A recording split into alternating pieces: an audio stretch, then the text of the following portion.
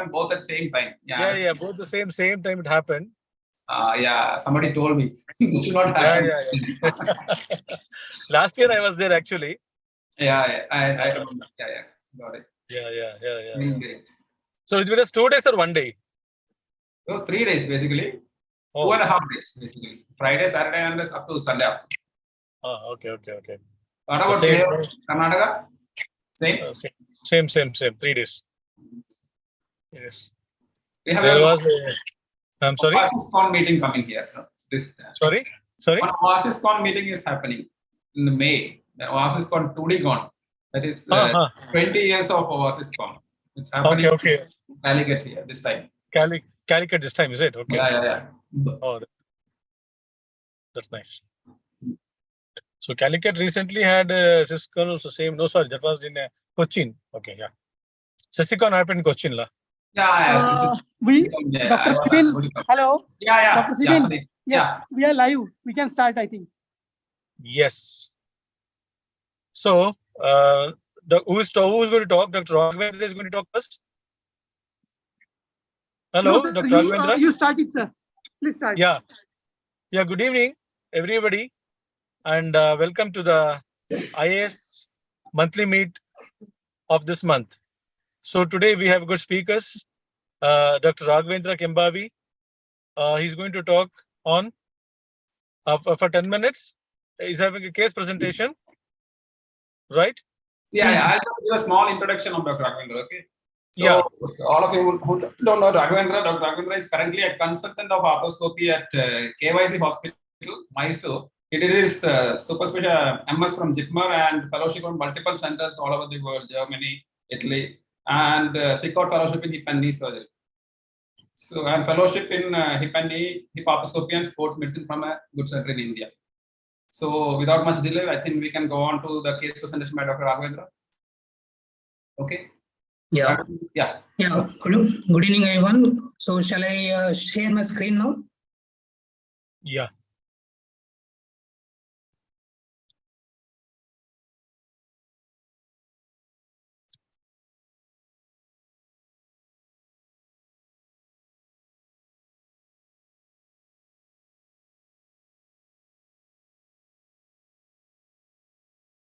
Can you see my screen? Yes. Yeah, we can see. Yeah, good evening, everyone. It is always a great feeling to be a part of this IAS monthly meeting. I can thank IAS and Dr. Sundarajan for giving me this opportunity again to present a case report on shoulder. So I'll be talking on a case report which I operated 1 year back. So title will be avascular necrosis of the humeral head with a concomitant calf injury. So presently I'm working in a KVC super specialty hospital, Mysore, as an arthroscopy surgeon. So I would like to thank my colleagues, Dr. Girish and Dr. Nagesh for helping me in getting the case. So she is a 55-year-old female patient with a pain in the right shoulder with a difficulty in lifting. Pain was insidious onset and gradually progressive with no trauma. And there was a history of a night pain. All the movements were painful, particularly forward flexion, abduction, and external rotation. There was a history of a bilateral core decompression in the hip on both sides, done 8 years back elsewhere, and she is presently asymptomatic for that. Now, this is the video, pre-op video showing the active forward flexion of 90 degrees, active assisted the forward flexion of more than 120 degrees, external rotation was restricted, Whipple's was positive, Whipple's test was positive, O'Brien's was positive, and empty can test was positive. Belly press and lift off were negative, but she had painful with those tests. Constant shoulder score was 18. So this is a pre-operative pictures. So imaging showed wedge-shaped sclerotic lesion in the humeral head, suggestive of avascular necrosis. And she also had a glenoidal inferior marginal osteophyte, suggesting early osteoarthritis of glenohumeral joint. So this was the MRI. Picture on the left side showed small tear in the supraspinatus, and she had a wedge-shaped sclerotic lesion. in the humeral head. Axial section showed upper subscapularis tear, and the sagittal section showed quite evident avascular necrotic patch. So my diagnosis was avascular necrosis of humeral head, grade 2, probably steroid induced with upper subscapularis tear with a supraspinous tear, muscle lesion with avascular capsulitis. So I wanted to do arthroscopic assisted co-decompression with the subscapularis repair as well as the supraspinatus repair. So this is the first thing, diagnostic. So we could see the subscapularis tear here and a lot of adhesive capsulitis and probably a small loose body arising from the cartilage of the glenoid probably. So next thing was to do a thorough capsulosinectomy. I did a capsular release in the rotator interval region and aggressive sinectomy and subcoracoid bursectomy as well. So after proper debridement, I could see a small defect in the glenoidal region, cartilage defect, and there was a flattening of the cartilage of the humeral head, probably due to small subchondral collapse in the humeral head region. So next was to go ahead with the arthroscopic assisted co-decompression. I used the ACL jig, and same time I used intraoperative fluoroscopy, and I had fixed jig around 65 degree with a tip from the anteportal and drilling from the lateral side. So these were the intraoperative pictures, and I could pass some 3 4 mm cannulated drill bits in the patch. So after the core decompression, the next thing was to repair the rotator cuff muscles. First thing I did was a subscapularis. So I used 2 fiber wires to take bites from the subscapularis.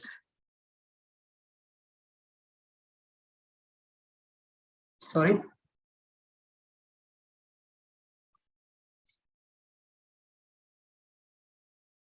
Two bites from the subscapularis, and I fixed it with knotless peak anchor.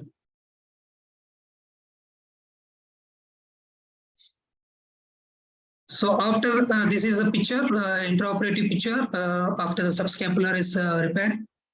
So next thing was to repair supraspinatus with a 5 mm double loaded titanium anchor.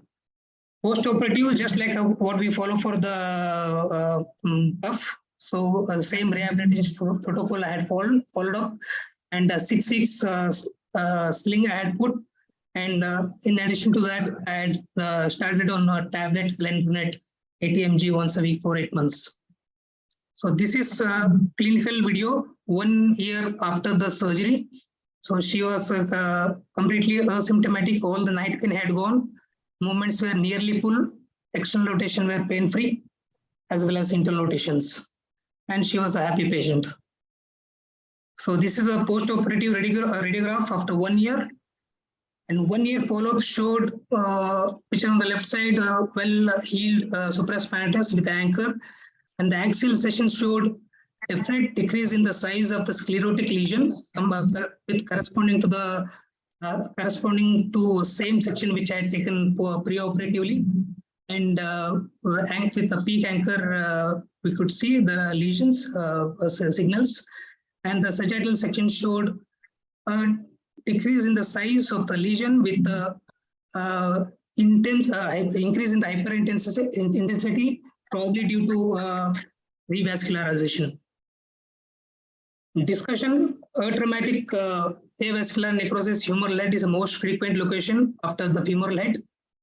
Isolated are rare. Largely, they are largely part of the multifocal avascular necrosis. Largely underestimated and missed out diagnosis, and they are commonly underdiagnosed as well as underreported. The etiology, trauma is the most important cause, like anatomical fracture dislocations of proximal humerus, and non-traumatic conditions includes sickle cell anemia, metabolic causes like Gaucher disease, rheumatological disorders like SLE, dysbaric conditions, alcohol consumption, and corticosteroid. The last thing I want to focus on the post-operative, that is arthroscopic debridement, even the debridement as well as a rotator cuff. There are reports which shows that surgeries, even the open or the arthroscopic surgeries, leading to avascular necrosis of humeral head. The classification is based on the Creuss system, stage 1 to stage 5. Stage 1, no radiographic or MRI changes. Stage 2, small wedge-shaped sclerotic lesion without subchondral collapse. Stage 3 is a subchondral collapse with a crescent sign. Stage 4 is advanced collapse, and stage 5 is arthritic changes. So symptomatology, we need to have a high degree of suspicion to diagnose avascular necrosis. There are no specific clinical findings which are suggestive of avascular necrosis, so we need to be very careful in diagnosing. They usually mimic other kind of commoner pathologies like rotator cuff pathologies and adhesive capsulitis. However, presenting complaints in avascular necrosis can be dull-aching pain, poorly localized pain, insidious onset radiating to elbow, and they are classically presents with night pain. Clicking and locking episodes can also be seen in case of large loose body impaction between the glenohumeral joint. So on examination, there will be a deep tenderness. Range of movement will be particularly painful in more than 90-degree abduction or forward flexion. That's because of the glenohumeral loading. And there is almost always a biceps associated biceps tendinitis. However, all these clinical findings on examination can be seen in other pathologies which are commoner like cuff, adhesive capsulitis, and biceps pathologies, making diagnosis of AVN clinically still difficult. So there is a concept of anchor-induced AVN. This is an article in 2021, a review article where 21 cases have been reported following surgeries, either arthroscopic or open. And the kind of surgeries leading to avascular necrosis are rotator cuff injuries with or without usage of the anchors. So anchors are not the culprits which we need to blame for AVN. So without anchors also, there can be a possibility of avascular necrosis. So when we use anchors more in number, the more likely chance of AVN. Chromioplasty also, there are reports which leading to avascular necrosis. But this thing, the biceps pathology or biceps tenotomy surgeries are almost all the 21 cases have had this procedure done, leading to avascular necrosis. That's probably because of the close relation of the anterolateral branch of anterior circumflex humeral artery in relation to long head of biceps in the bicipital groove. And probably this is the reason why the chance of articular injury is more when we do a biceps pathology procedures. So they concluded that AVN can be multifactorial. It can be either damaged by anterolateral branch of anterior circumflex artery at the level of biceps tendon. It can be also due to damage of intraosseous network in the greater tubercle following anchors, or it can be both. So as we can see in the picture here, the red mark, this is an entry site for anterolateral branch of anterior circumflex humeral artery. As we can see, this is very quite close to the anchor insertion site. Similarly, on the right side, this gray zone showing entry site for posterior circumflex humeral artery. As you can see, again, they are quite proximity to the anchors. So treatment options for avascular necrosis, stage 1, 2, 3, all can be managed by core decompression, even though the success rate in stage 3 is quite less, around 60 to 70%, whereas co-decompression success rate is a bit high on in stage 1 or stage 2, which is around 90 to 95%. So the few methods for co-decompression, one is open, which is a standard one, routinely done, and the approach used is a delta pectoral approach. Single trephine 5 mm is passed, and just lateral to the bicipital groove. There is another technique where we pass multiple drill holes with 3.2 Steinman pin or 2.7 drill bit, some 3-4 holes, just lateral to bicipital groove. And whatever the method we use, it depends on the staging of the disease rather than the technique. Then the new one, I mean, arthroscopically assisted co-decompression, where we can address the articular issues simultaneously as well. So it helps in preventing nitrogen cartilage damage. And it can be done either with a lateral portal freehand with a drill bits, or we can use the ACL jig. Dance et al. In 2007 reported 3 case reports using the ACL jig. All had excellent results. And the main advantage of ACL jig is proper triangulation of humeral head lesion and reduces unnecessary drilling. But what is the decision making in coexistent pathology of cuff tear and avascular necrosis? We don't have any consensus on that, and neither we have any treatment algorithm. So there is a one article explaining 2 case report. Both the patient had a partial supraspinatus tear with a avascular necrosis. One was operated with only co-decompression and the other was managed conservatively, and both had a good outcome. And they concluded that chronic shoulder pain, we need to have a high index of suspicion to diagnose avascular necrosis. So to conclude, avascular necrosis is rare, generally part of polyarticular disease involving hips. High index of suspicion we need. It can be coexisting with rotator cuff pathology as well. Diagnosis and addressing both avascular necrosis and cuff can yield a satisfactory outcome. Thank you. Yeah. So that was a nice presentation, Dr. Raghavendra. Hello? Hello. Hello?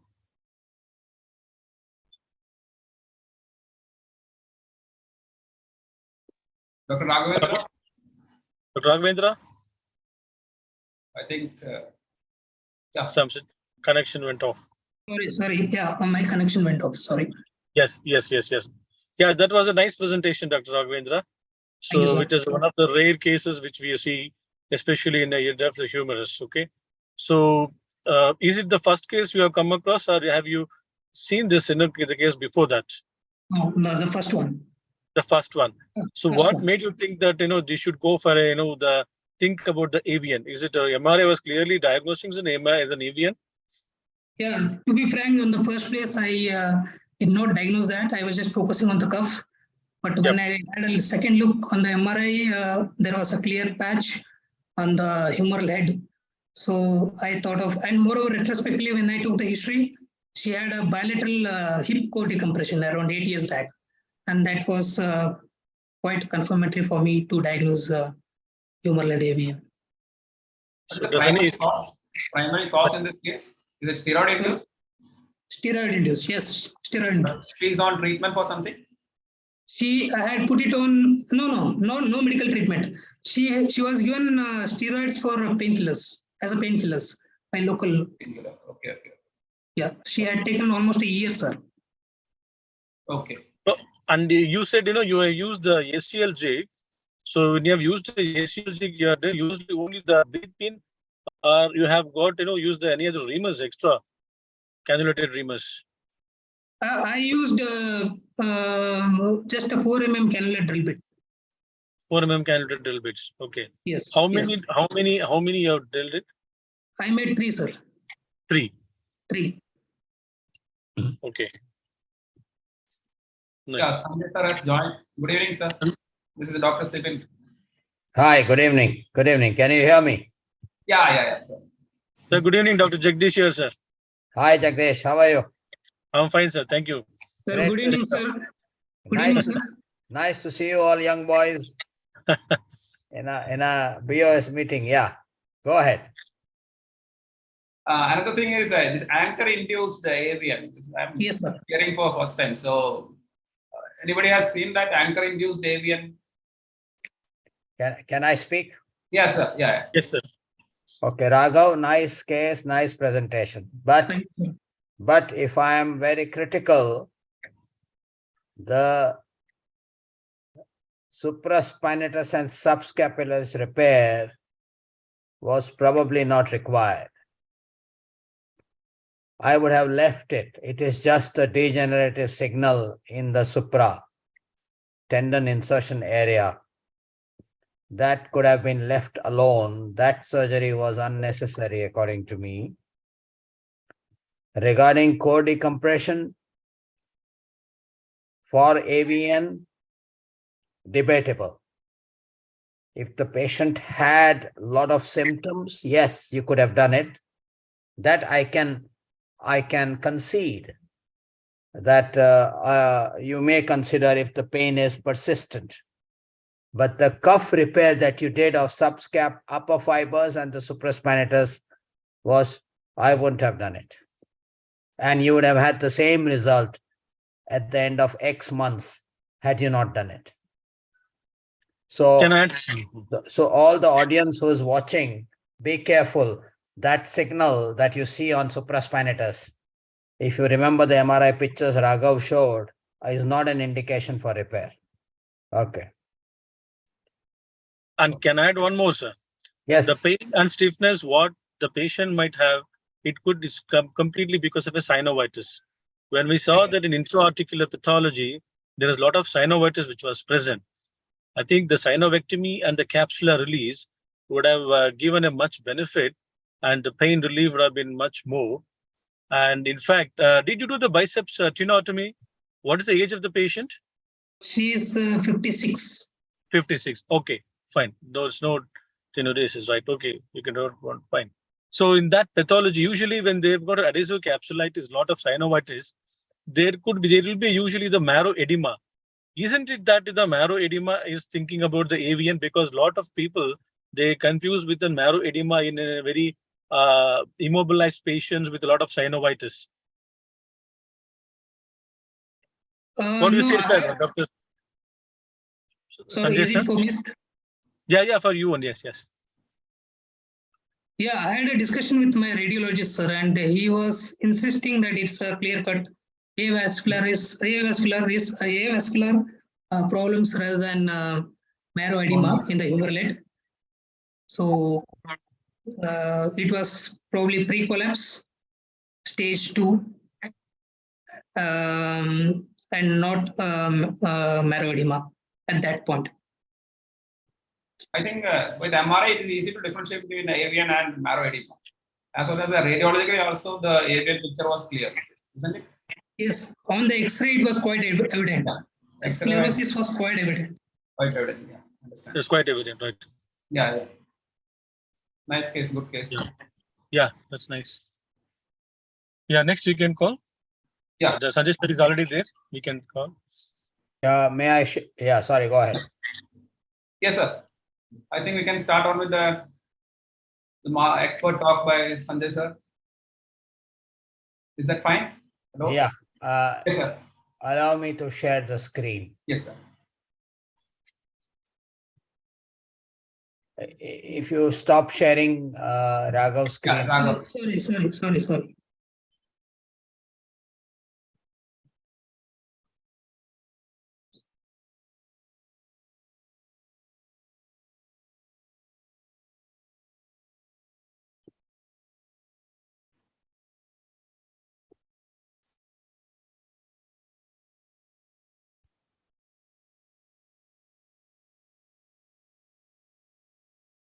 Can you see my screen? Yes, sir. Yes, sir. You can see. Very clear. So thank you very much, Bombay Orthopedic Society, for inviting me, and I'm going to speak for 15 minutes on maybe less than 15 minutes on my indications and algorithm for rotator cuff tears. So first of all, you must understand that a large majority of cuff tears are genetic. There are a few extrinsic factors and some trauma which may precipitate the cuff tear, but majority of cuff pathology is genetic. It's a sign of a degenerating body, just like osteoarthritis of the hip or cataract or graying of the hair. So majority of cuff tears are a sign of a degenerating body. This is a superb study where they looked at cuff tears which are asymptomatic, just the incidence, the prevalence of cuff tear. So between 50 and 60, 10% of the population will have cuff tear, which may be asymptomatic. Between 60 and 70, 20% will have cuff tear. Between 70 and 80, 30%. And if you take patients above 80, half of them will have cuff tears. So this indicates that cuff tear is a natural consequence of an aging process, of an aging body. I repeat, just like cataract or growing of hair.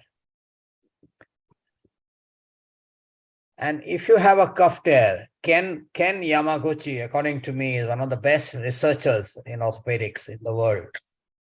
And 20 plus years back, he showed that there's more than 50% chance of a rotator cuff tear in the contralateral shoulder, and it may be asymptomatic. So if you have a patient with a cuff tear, which is symptomatic, say on the right shoulder, you can almost predict that there is a 50% plus chance that he will have a cuff tear on the opposite shoulder, which may be asymptomatic.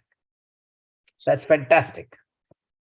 51% of asymptomatic cuff tears will become symptomatic in about 3 years' time. So that also you can tell the patient that you have a cuff tear, you may be asymptomatic, but there is a 50% chance that you will become symptomatic. So that's the natural history of cuff disease, as I call it. So if you want to understand the indications and the algorithm of treatment, you have to know the natural history and the etiopathogenesis of cuff disease. You have to know that they do not heal spontaneously. You must tell the patient that you have a cuff tear. The cuff is the main driver of the shoulder joint, the main muscle of the shoulder joint, and it does not heal by itself. Some of them may not progress, and you may have an asymptomatic small or medium-sized cuff tear which can go on without symptoms, but some may progress. And I think it's a gold medal winning paper if you can identify a method of predicting which cuff tears will progress and which will not. And those which are left alone, not treated, will have fatty infiltration and atrophy. So these are the changes which will happen in the muscle if the tendon is not repaired. So what are the indications for repairing cuff? I've already explained to you that cuff tear is a natural consequence of an aging body. So you don't repair all. You don't start repairing just because you see a cuff tear on MRI, especially if it is asymptomatic. So you must be able to identify tears with poor prognosis. So which ones will I repair or not repair? I will not repair if it is asymptomatic. It's a functional tear with no pain. So in other words, my indication for surgery is pain and the resultant functional deficit. Number one, pain and functional deficit. Number two, pain and functional deficit. Number three. This is my indication for repair. So which are the ones you don't want to repair? Which are the ones you don't want to avoid repairing? Those without pain.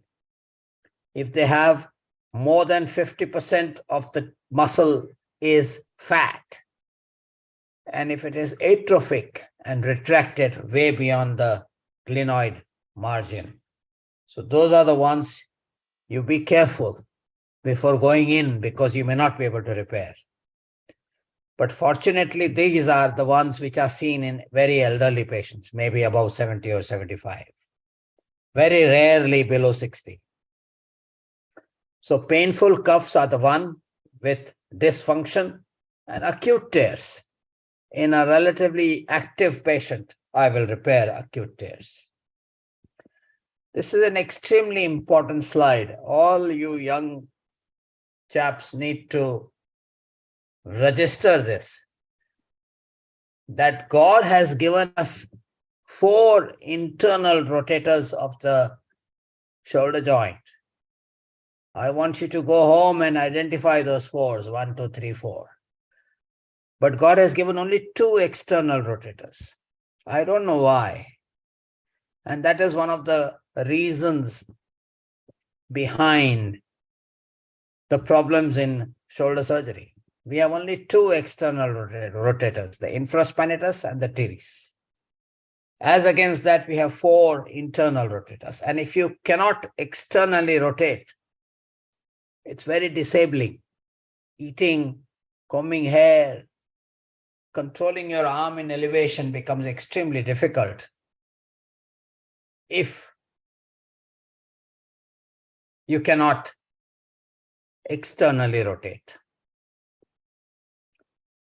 So now we move on. Once you understood that what is cuff disease, what is the etiopathogenesis, then we move on to indications and algorithm, as I've been told to speak on. And every step I will break it down for you to understand. So the cuff repair options, you can do an open repair, you can do just a debridement, doesn't work in the long run. You can do an arthroscopic decompression and a mini open cuff repair, nothing wrong in that. At 6 months, you'll have the same result. But I'm a trained open shoulder surgeon. I trained in open shoulder surgery in 1993, 92, 93. And then I became an arthroscopic surgeon. So I've tasted both. And believe me, all arthroscopic is the way to go. My only indication for open cuff repair is very osteoporotic bone, where the anchors might come out during surgery. That's my only indication. Why do arthroscopic? I said I'm an open shoulder surgeon, so I have no problem in doing open, but still I would do arthroscopic because there are huge advantages. You can appreciate the cuff tear configuration, which is the key to repair, understanding the geography of the tear. It's easier to mobilize. In fact, larger the tear, I find it easier arthroscopic. Smaller the tear, it's more difficult arthroscopic. And you have a faster return to function. And you won't miss the joint side partial tears. And the patient acceptance is much higher. Of course, you can treat associated concomitant pathologies, which are rare. So once you decide to repair the cuff, how will you do it? Again, the indication, whether you should do single row, double row. What is the current problem in cuff repair? Main problem is retear rate. The high retear rate, it can be 30%, 35% retear. Is it retear? No. In my understanding, it's not retear. It's the failure to heal. Retear, by definition, means that the cuff healed and then it tore again. But in actual fact, the retear is because the cuff failed to heal. So it's not retear, it's failure to heal. And therefore, it is important to recognize this fact so that you will design and select techniques which will improve the possibility of healing. Does the cuff heal? Of course it heals. I've been doing it for 30 years and I know it heals.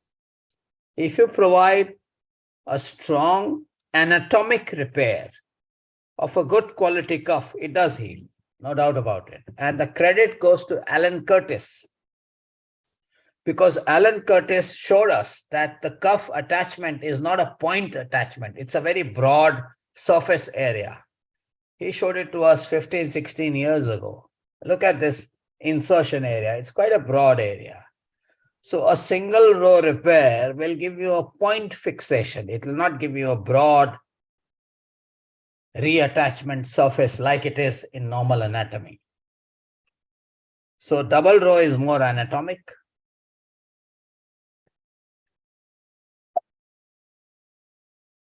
It's structurally stronger. There are biomechanical studies, plenty of them. Does it lead to better functional benefit? I think so. I think so. Jing Young Park, my friend from Korea, he did a lovely study, double-blind, controlled, randomized study, single row, double row. And he proved that there is a benefit in medium or large size stairs if you do double row. Small stairs, you do what you want, doesn't matter. You do single row, double row. So indications, as IAS has told me, when will I do single row? When will I do double row? So this 76-year-old, 77-year-old, 54-year-old, small tears, I will do double row always, if possible. But if you did a single row in the small tears, you will have the same result. So I don't mind if you want to do a single row. But large tears, more than 3 centimeters like this, 56-year-old fall 4 months ago, it's a large tear. I would do a double row. I would insist that you all do a double row. Another example, fall 2 months back, 55-year-old, medium-sized tear, double row.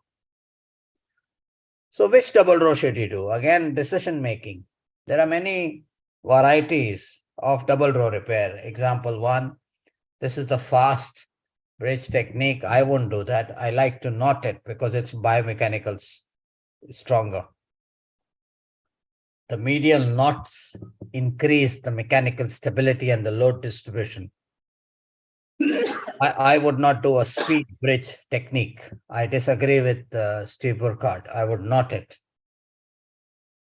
So single mattress, double mattress, cross stitch, double pulley.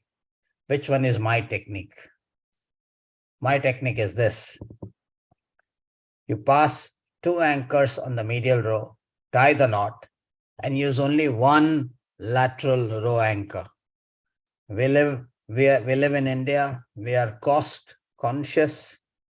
You don't need to ape the white man anymore. We have our own data, our own understanding. I've been doing this. Instead of 2 lateral row anchors, use only one. And it has the same result as putting 2 lateral anchors. So you'll save the money of 1 anchor. But there are certain things which are out of your control. The tissue quality, you can't do much. If it is poor, it's poor. The bone quality, not in your hands. And understand that not all cuff tears are suitable for double row. So let's move on to the massive cuff tears. What is my experience? So if you will, at least in India, if you come across, if you do 100 cuff repairs, about 18 out of 100 on MRI will look like, oh my God, it's not repairable on MRI. But when you go in arthroscopically, out of those 18, 8 will be fully repairable. Take my word. And thank God. Only 10 will be truly irreparable cuff tears. Can't repair it fully. Only 10 out of 100. And out of 10, 8 will be above 70. And only 2 out of 10, which means 2 out of 100 will be less than 60. Why I'm showing you this slide is that the younger generation understands that when do you do an SCR? When do you do a trapezius or a lat dorsal transfer? in irreparable cuff tear in young patient below 60. So it's a very uncommon procedure in India. Those who claim to do 20, 30, 40, 50, I suspect their indication. Because the incidence of irreparable cuff tear in young, where these procedures are indicated, is very, very low, 2 out of 100. And if you're doing 100 in a year, that's a very large shoulder practice. Majority of those irreparable tears will be 70 and above. And hence, in that age group, you don't need SCR or tendon transfer. You will either do a partial repair or a reverse. So when you have a massive tear, these are the options: partial repair, long head of biceps tenotomy and debridement, a balloon. Balloon is coming in the next 6 months. Tissue patches like fascia lata of Mihata, superior capsular reconstruction using dermal matrix patch, lat dorsi, trapezius transfer, reverse shoulder, or reverse shoulder with latissimus dorsi transfer. So when do you do what? That will be based on clinical examination. I divide them into 4 groups. It's a painful shoulder, or there is a loss of only active forward elevation, or there is a loss of only active external rotation, or there is a combination of forward elevation and external rotation. So if you have a massive irreparable cuff tear with good function in the elderly, with good function, they are able to raise their hand, but they are symptomatic, they have pain, I would do an arthroscopic tenotomy and a partial repair, full stop, no more. But if you have the elderly patient with poor function, then I would do a reverse shoulder arthroplasty. And if they have a deficit in external rotation as well, then I would do a reverse shoulder with lat dorsi transfer combination. And only in the young, which is a very small percentage of irreparable cuff tear, you need SCR or muscle transfer. So let me show you some examples. Massive cuff tear in elderly with good function. Look at the acromiohumeral distance. It's hardly a couple of millimeters. So this is an irreparable massive tear, but the patient has good function. Don't do any reverse, don't do any SCR, just do a debridement, long head of biceps tenotomy and a partial repair. They do very well. But the same irreparable tear in a young patient like this, which is 2 out of 100, you may have to do a trapezius or a lat dorsi transfer. This was 10, 12 years ago. I did a lat dorsi. And in young patients, you may have to do an SCR. Uncommon. Be careful. Don't start doing SCR left, right, and center. Massive tear with poor function, reverse shoulder. And these patients do very well. There are limitations of reverse shoulder. It does not provide, it provides forward elevation, but not external rotation. So if the external rotation is poor, you may have to do a episcopo, which is transfer of lat dorsi. So here are the list of 4 internal rotators and only 2 external rotators that God has given us. So the summary of massive irreparable cuff tear: functional shoulder, do this. Non-functional shoulder, reverse, or in young patients, muscle transfer. But thank God, massive cuff tears are uncommon. 18 out of 100, out of which 10 are repairable. Only 8 out of 100. Reverse shoulder in elderly, you may have to do a muscle transfer or a superior capsular reconstruction in the young, which is uncommon. And partial repair is a good operation. This is an overall algorithm for the technique of cuff repair, not necessarily massive or any cuff repair. First, you check medial to lateral mobility arthroscopically. If medial to lateral mobility is there, then it is a crescent type of cuff tear, and you can do a direct repair, double row, of course. If it is not coming medial to lateral, then probably you have to check anterior to posterior or posterior to anterior mobility of the cuff. And if that is possible, then it's a U-shaped tear. If it is equal, anterior, posterior, posterior, anterior. And you repair it accordingly. If it is unequal, then it's an L-shaped tear, either an L or a reverse L. So all this tells you that you must have the experience and the know-how to understand the geometry of the tear. And if you understand the geometry of the tear, then you'll be able to repair most of them. There's hardly any cuff which in my practice is irreparable. However, if you do genuinely come across, then you do an interval slide and you may be able to do a complete repair or a partial repair. If not, you do a transfer and SCR. So the key to cuff tear treatment is better understanding of the tear pattern, the tear geometry, and the biology is the key. I end my talk and I thank Bombay Orthopedic Society. You're welcome to ask questions. Yes, sir. Thank you very much, sir. It was quite indeed a very informative talk. I think many of us and also the young surgeons would have been learned so much with your talk, how the rotator cuff should be repaired and when to repair and what is the indication of algorithm. The algorithm was very nicely presented. At least, it shows how nicely you have to put it up, while repairing. So as you said, sir, when almost all our cuffs are repairable and you haven't seen which is unrepairable. Have you come across, sir, which is not repairable and how you proceed with this? If you find that on table, which is you cannot come to repair it, and you find that when before you're going to it, you may repair it, but when on table, it's very difficult to come approximate. What is your take on that time immediately, sir? So first of all, the real secret is you should be able to predict that before entering the OT, which means on clinical examination, on MRI evaluation. You already have a clue. And one of the clue is that the patient is elderly. So if the patient is 70 or 65, 70 and above, and the second clue is that chronicity. Patient says that, doctor, I had pain since 3 years, but the pain has become severe since 3 months. That should raise your antenna that this is a chronic tear which increased in size 3 months back.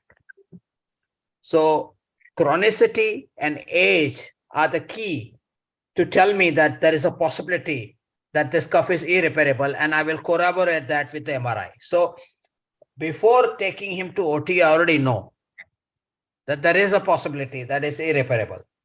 Then what I do is I counsel the patient in my clinic that, look, I'll do an arthroscopy. I will try to repair it. There is a possibility that I may not be able to repair enough. If I can repair 60%, 70%, I will do a partial repair and come out, and you will have a 70% result, not 100%. Because the patient is elderly, he doesn't mind that, as long as he knows. But I also warn the patient that I cannot repair even 50%. Then I may switch intraoperative reverse shoulder replacement, and I keep the implant instrumentation ready. And the patient is consented for this second surgery, switch intraoperative. So that's how I deal. But as I said, majority of the time, I already have predicted the possibility. It's never a surprise when I put the scope. If it is a surprise, that means you not assess the patient well, clinically and radiologically. Sir, how you deal with the laminated tear, especially when the articular side laminated tears, which will not easily able to come to the footprint? So the lower lamina, I repair like a capsule, and the upper lamina is usually brought to the footprint. So you put the separate stitches, or you take the same stitch from the lower to upper? I would like to take the same anchor suture going through both if it is possible to reduce. But like the young man said, that if it is not possible, then the lower leaf, you can use it as a capsular reconstruction to the edge of the articular cartilage, and the upper leaf can come all the way to the GT. Okay, sir. Okay. So one more thing, you correctly told that there are 4 internal rotators and 2 external rotators. So what is the threshold for the subscap repair? Type 1, type 2 repair? Oversold. No, every conference we hear that subscap is the key stabilizer. So even type 1, people, so that's why I asked you. Oversold. So when do you go inside, sir? When do you advise repair for subscap? Type When 3? when the upper third, see the lower part of the subscap is muscular. Yes, sir. So you don't have to bother. Only the upper third is tendinous. So when there is a full thickness tendon tear, and my guideline is the biceps tendon. Okay. If the biceps is out of the groove, then for me, it's a strong indication to do something to the subscap. Okay. If you find the sentinel sign positive, then you will go for a subscapularis repair. Which sign? Sentinel sign. Yeah, that's the rotator cuff means the biceps tendon. If it's out of the groove or if it is subluxating, Then then it's a even an examination, you'll go for it. strong indication. Yeah. You always add tenotomy or tenodesis in the with that.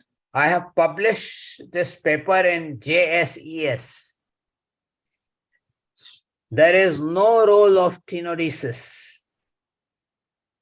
Again, don't get carried away by the Americans. The paper is on the role of the results of long head of biceps tenotomy in full thickness repairable cuff tear. Okay. So when you have a full thickness cuff tear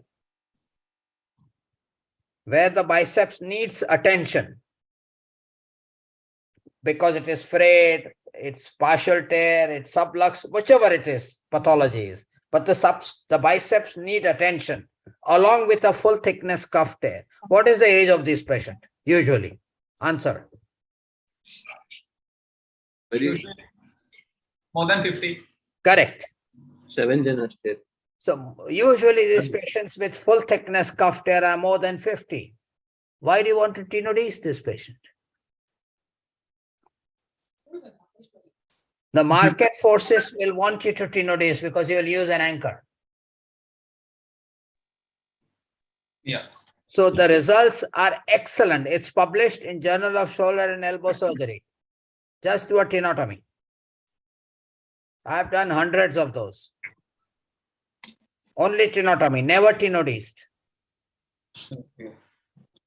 Okay. Any other question? The last question I'll ask you, sir. Yeah. So in osteoporosis, what are the type of anchors which you would advise young surgeons? So I use the same anchor, which I use all the time. Only thing is I pass it at an angle almost subchondral under the humeral articular cartilage because the bone is better.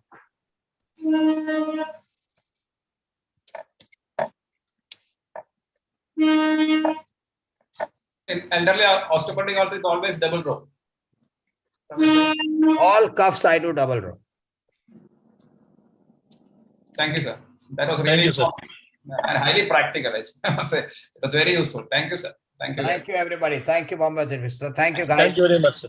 Thank you very much. I take your leave. Thank you. Okay, Yes, sir. Good night. Okay. So I think we can go to the next case presentation by Dr. Amit. Dr. Amit is a practicing arthroscopic surgeon, consultant at Apex Hospital, Varanasi. He did his FNB in sports medicine from Ganga Hospital. So over to Dr. Amit for his case. Thank you, Dr. Sibin, for nice, kind introduction. And thank you, IAS and Dr. Sundarajan sir for giving me this opportunity. Am I audible? Yes, yes.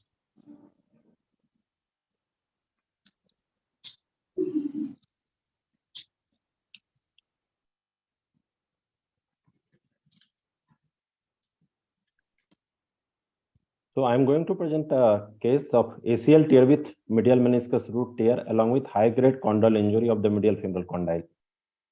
So a 37-year male patient presented to us with a pain and instability of the left knee.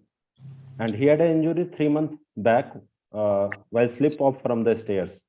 So on clinical examination, his medial joint line was tender over the posterior side, positive Lachman's test, anterior draw test was grade 2 positive, pivot shift grade 2, with full range of motion with terminally painful.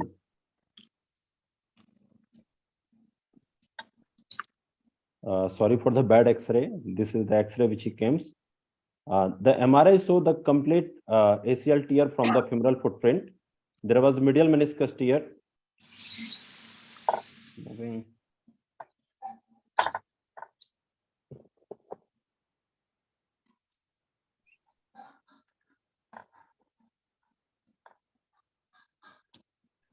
Medial meniscus root tear was there, and the meniscus enfolding was there with the meniscus lying in the meniscotibial recess.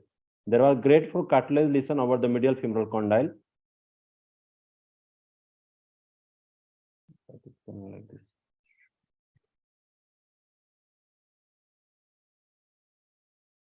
So the plan of treatment was single stage ACL reconstruction with hamstring graft, medial meniscus root repair by transtibial pull-out technique, and either macrofracture or mosaic plasty for the cartilage lesion. So standard anterolateral anteromedial portal was made.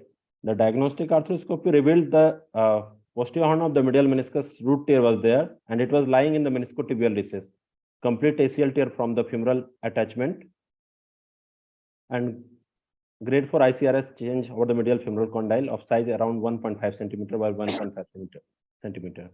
So the first step was to detach the tightly adherent meniscus from the meniscotibial recess. That was done with the labral liberator, and that's what we use in.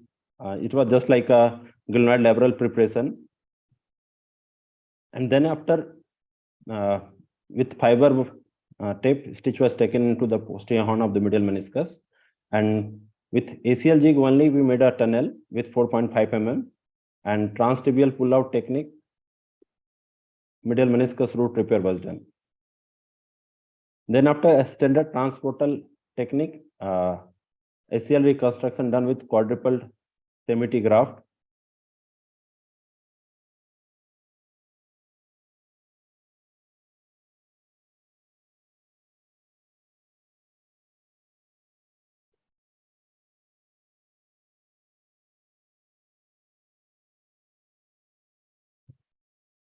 And with the mini arthrotomy was done, just extending the anterolateral and anteromedial portal incision by 1 centimeter more.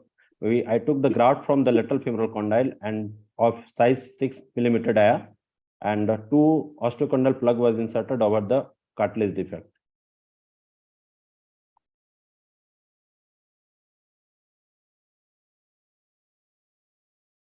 So this was the picture of the medial arthrotomy. So post mosaic plasty, after root repair, ACL reconstruction. So post-op X-ray, rehabilitation, no knee bending was allowed for 3 weeks. After 3 weeks, gradual knee bending started. And after 6 weeks onward, terminal flexion was started. Partial weight bearing was kept for 6 weeks, and full weight bearing started after 8 weeks. No squatting and cross leg sitting for next 6 months. So at 9 months, he was having the complete motion with, he was able to squat and sit cross leg. His VAS score improved nicely with no pain at 9 months. IKDC score was 86.2. At 12 months, he is doing his all activity, able to run, walk, squat.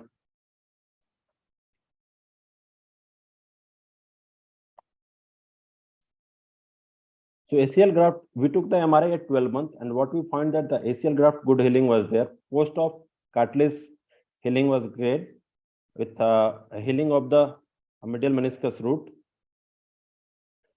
Root healing was there at 12 months. And we did the MOCAT scoring, which was 90, which was 90 by 100. So approximately 50% of the primary ACL have a, and 90% of the failed reconstruction will have a coexisting cartilage and meniscus pathology, of which 95% of the medial meniscus and 77% of the lateral meniscus has a posterior horn tear. Root tear is more common with lateral meniscus in ACL deficient knee, around 8 to 14%, while posteromedial meniscus root avulsion is very uncommon observation with isolated ACL injury. Usually it is associated with multi-ligament injury. biomechanical study proves that the peripheral longitudinal posterior horn tear, significant increase in anterior translation with simulated Lachman maneuver at flexion angle up to 60 degree. And these tears create the same degree of instability as of total medial meniscectomy. And after meniscus repair, this stability was restored to the isolated ACL deficient knee. So biomechanically, this is very important. But when we look at the patient reported outcome, there is no much statistical significant difference in the outcome of meniscus repair or partial meniscectomy or leaving the meniscus as it is. When in correlation with the graft failure rate, the Selvon study showed that there is significant side-to-side difference in patient with medial meniscus resection compared with the intact medial menisci, but no difference in graft failure rates that was reported in his study. But the recent published by the Parkinson et B et al., they have found that medial meniscus and lateral meniscus deficient were the highest risk factor for graft failure. Regarding the condyle lesions and benign neglect of the high-grade condyle lesion, even up to 1.7 centimeter square, although they have a lower IKDC score, but that was not clinically significant. Similar finding from the Vidusky et al. In their study, up to size of 2.1 centimeter square, the benign neglect of these lesions were have a IKDC low score, but that was not clinically significant. But the recent study, what we found, these patients with high-grade condyle injury, they have a worse outcome.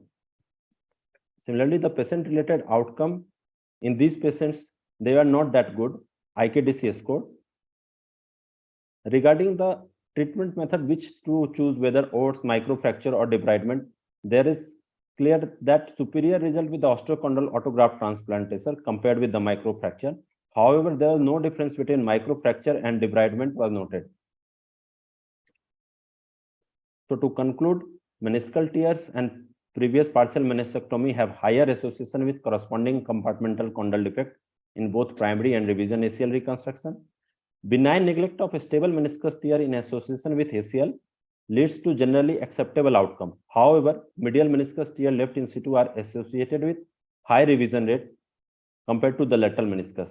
The presence of condyle defects consistently gives lower scoring in long to intermediate term outcomes. Thank you.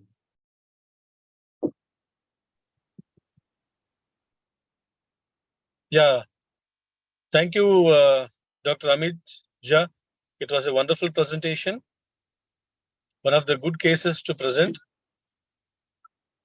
And can I ask you a few questions? Yes, sir, definitely. Yep. In this case, what is the first one you did? You did an ACL reconstruction first, and you went for a root repair. And what is the type of the root tear was there? It was a type. Yeah, please. It was a type 1 root tear where there is complete radial tear, but the thing was the root part of the meniscus was completely lost, and the meniscus was lying inside the meniscotibialis. So it was tightly adherent in the meniscotibialis. So my first stage was picasting medial meniscus MCL so that I can reach up to that area, and with the labral liberator, I had to release it from the meniscotibialis. Then only I was able to bring it to the joint. And then after I took the bite in the meniscus and made a tunnel for the root repair. And then after, as regular, I make the tunnel for the ACL, and after fixation of the ACL and meniscus, I just extended my anterolateral and anteromedial incision 1 centimeter more, total incision. And through the anterolateral, incision, I took the graft from the lateral condyle, and through the anteromedial incision, I put it into the cartilage defect. What is the size of the reamer which you have used to repair the root repair? It was 4.5. 4.5. And single tunnel. Single tunnel. Single tunnel. Okay. That was nice, Amit. Just one more thing. How easy was it to transport the extruded? It was completely extruded, the meniscus? It was not extruded. Basically, the meniscus was in the meniscotibial recess posteriorly. Posteriorly, okay. But if you see the MRI, the coronal sections and the There was no exclusion at all. Okay. So what they say that if there is an exclusion, you can add a centralization suture. Here there was no exclusion. Here the only thing was meniscus was in the meniscotibial recess that was giving him to the pain. There is other recent paper was there where there is a tissue loss, you can add a graft also. The gracilis graft you can pass. Along with the suture, you can pass a graft. There is a paper in the arthroscopy technique. Means if there is a large gap is there. So that is nice that you did a release. That is the important thing. Without release, if you suture, it is going to fail. And it's uncommon you find the root, medial meniscal root in a young patient. Usually it is a lateral meniscal root. Yeah, I was not able to find any paper on this, having this medial meniscus root along with the ACL and the thing. Yeah. I thought to present it. What are the And the clinical? release, Yeah. the release probably because it was an acute one. So the meniscus was, adherent to the tibial part. Since it was acute, how many days old injury it was? It was 3 months old. 3 months old. 3 months old, yeah, 3 months old. Probably that is an adhesions was there, and which has been now probably hiding behind the condyle, right? Yes, sir. Yes, sir. Yeah, that is good. Yeah. Okay. Yeah, I think any other queries? Any other questions from anywhere? No, nothing. No questions here. I think we are on time. Yeah. Okay, so I think we can wind up. Definitely, I think so. We should thank all the participants and the speakers who have really given their time and took time to good presentations, and it was well participated by people also. And thank you for you. And Thank you. and we should IAS Con opportunity. Yeah, IAS as a part of it. Yeah. Thank you, Sandeep Biraris. Thank you, Sandeep. Thank you, sir. Yeah, thank you, sir. Thank you, Dr. Sibin, Dr. Jagdish for moderating the webinar, and our presenters, Dr. Sanjay Desai, Dr. Raghavendra, and Dr. Amit Jha. Thank you, sir. It was a wonderful webinar. Yeah. I just stopped the live stream, sir.